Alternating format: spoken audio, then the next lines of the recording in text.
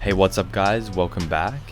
In today's video, I've put together 7 tips you need to know when learning claw. This is the most requested video I get asked in my streams, so I thought I'd make a video on some tips that will help you, starting with the facts and mentality, and then moving into the physical aspect about the practicality of holding the controller. A few things in this video I've mentioned in my how to claw video, so if you haven't watched that, I highly recommend you do. It's currently the best how to claw video on YouTube, and the feedback from it has been insane. But just before the video starts, if you guys could drop a like and subscribe if you're new, I'd really appreciate it. 100k is just around the corner, and I have some pretty cool stuff planned for when we hit it, as well as hit that notification bell if you do want to be notified when I post a video or when I live stream. Alright, let's get into the video.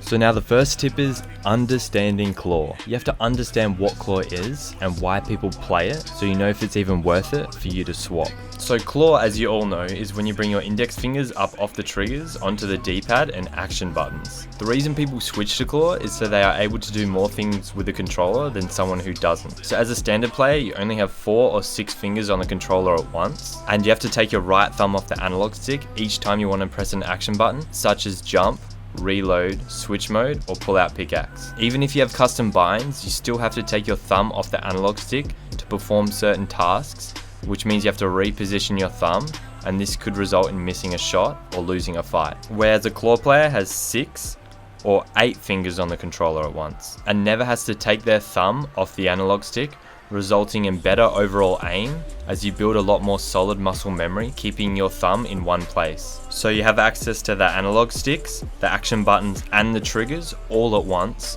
which results in a smoother gameplay. Having your index finger locked into pressing R1 is like telling a keyboard player to have their index finger to only press one key.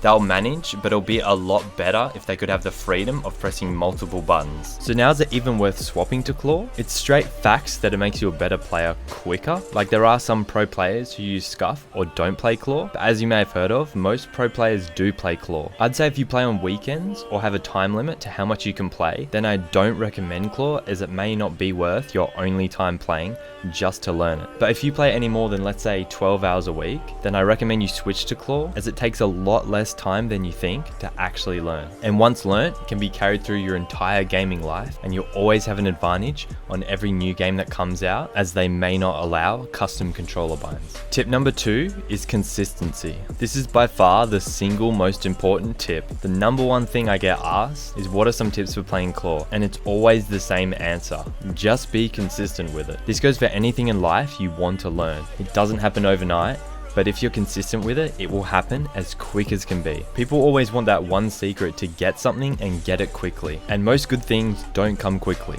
But believe it or not, claw comes a lot quicker than you think. If you just play creative edit courses and practice certain builds with claw, you'll have it in no time. Speaking of edit courses, I just made the most beautiful 5-minute edit course in my latest video that's actually doing really well. So if you're looking for a map to practice your claw edits and builds, my map is perfect for that, and the map code is on screen or in the description. Tip number 3, which is another super important tip that correlates with the last one, is patience. We're starting off with the most important tips first. I know they may seem boring, but when you're learning something new, no matter what it is in life, you have to deploy patience. It's something that most of us suck at, especially with things that take quite a long time, like getting a good body or saving up for something. But patience is absolute key when learning anything new. And the good news is, you don't even need that much patience when learning claw. I tell most people that with 2 hours a day, each day in creative, practicing necessary builds and edits, you'll have claw down in a week. 1 week and you'll be playing claw. You're not instantly going to become a god at the game, because you have to put in hours to be a god, but to swap to claw, 2 hours a day for 1 week, that's all it takes, I promise you. Tip number 4 is transitioning. In my how to claw video, I talked about the transitional period and how long it takes to go from not playing claw to playing claw. And I mentioned when learning claw, grind creative and edit courses, but when you go into pubs, if things get too hard for you to remember your claw controls in a fight, just play how you used to play, finish the fight, then return to claw. We all know for a fact that when you change a keybind, it may take some time to get used to it, which will result in choking in fights and not knowing what to press. A good way to practice claw is to grab a group of friends and play squads, so it's not so stressful, and maybe you can sit back with an AR and help your squad rather than having to fight people close quarters. So while you're in that transitional week, try and stick to creative, but if you do play pubs, just remember that you may choke in fights, but it doesn't last forever. You will get used to it. Tip number 5 is wrist rotation. Now that we've covered the more important tips, we can go into the more practical ones. What I mean by rotating your wrist is if you're playing claw normally, you probably are playing like this, or you're probably playing like this, which means if I show your wrist, it's probably sitting naturally like this. And then when people try and play claw, they bring their fingers up and they just can't reach, and there's a lot of strain, and even I can't press those buttons comfortably. But if I rotate my wrist just a little bit slightly, the tiniest bit, I can now press every button with ease. No wrist rotation, I'm straining to press those buttons, but I rotate my wrist and now I'm pressing the buttons more naturally, and it's a lot easier. No claw player has ever explained this until I did. It will still take a bit to get used to, but there is zero pain or strain on my finger, which is why I've been able to play claw for 8 years and my finger be perfectly fine. Tip number 6 is double claw. Now I put this in quotation marks because everyone has fancy terms for what type of claw they play.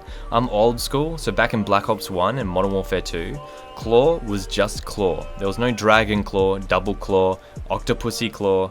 But ever since Fortnite, I started hearing the term double claw, which is when you claw the right side and the left. There is also right hand claw and left hand claw, but that just means you only claw one side. I don't really see the point of this. Like, it's good you're learning claw on one side, but if you're going through all that effort to learn claw, why not learn it on both sides? I see this tip as a no-brainer, but if you're going to learn claw, learn double claw for the obvious reason of giving your index fingers the freedom for both sides. And the last tip, tip number 7, is try different finger placements. Like I explained in my how to claw video, a lot of pro players will use different fingers for different buttons. So some players will use their middle finger for R2, index finger for R1 and the action buttons, whereas others will use their middle finger for R2 and R1 and let their index finger focus only on the action buttons. And then there's some that will even bring their ring finger onto R2, which means their middle finger goes on R1 and their index finger on the action buttons. So try out a few and see what you like. There's no right or wrong way to play claw, just as long as you're playing claw. If you do want to see how other people play claw, I do advise you to go watch my how to claw video,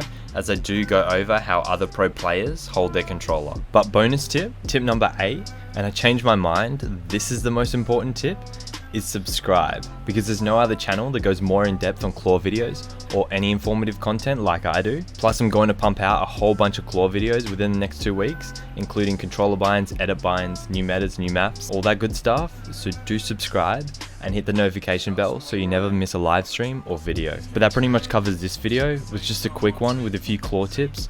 Let me know which ones you found useful or which ones helped you. I try to read every comment within the first 24 hours of posting a video, but if I don't get around to you, my DMs are always open at FleaYT on Twitter. Thank you so much for watching, and thank you for 93k subscribers. I'll see you in the next one.